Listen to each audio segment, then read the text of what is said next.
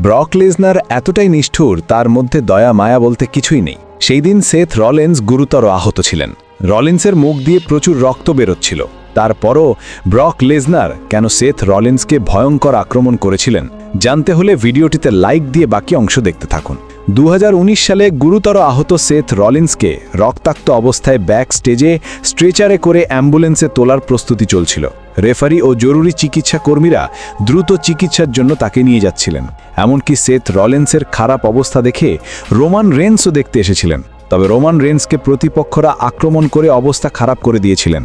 ঠিক সেই মুহূর্তে অ্যাম্বুলেন্সটি যাত্রা শুরু করার আগেই অপ্রত্যাশিতভাবে ব্রক লেসনার চলে আসেন। তিনি অ্যাম্বুলেন্সের যাত্রা বন্ধ করে দেন এবং গাড়ির দরজা খুলে ভেতরে প্রবেশ করেন। ব্রক লেসনার মুহূর্তের মধ্যে রলিন্সকে স্ট্রেচার থেকে টেনে হিঁচড়ে বাইরে বের করে আনেন। এরপর গুরুতর আহত সেথ রলিন্সকে নির্মমভাবে অত্যাচার করা শুরু করেন। এরপর স্ট্রেচার থেকে আঁচড়ে ফেলেন। একের পর এক লাথি মারতেই থাকেন এবং ব্রক লেসনার এতটাই নিষ্ঠুর, বেচারা সেথ রলিন্স আক্রমণ সহ্য করতে না পেরে চিৎকার করতে থাকেন। তারপরেও আক্রমণ চালিয়ে গিয়েছেন।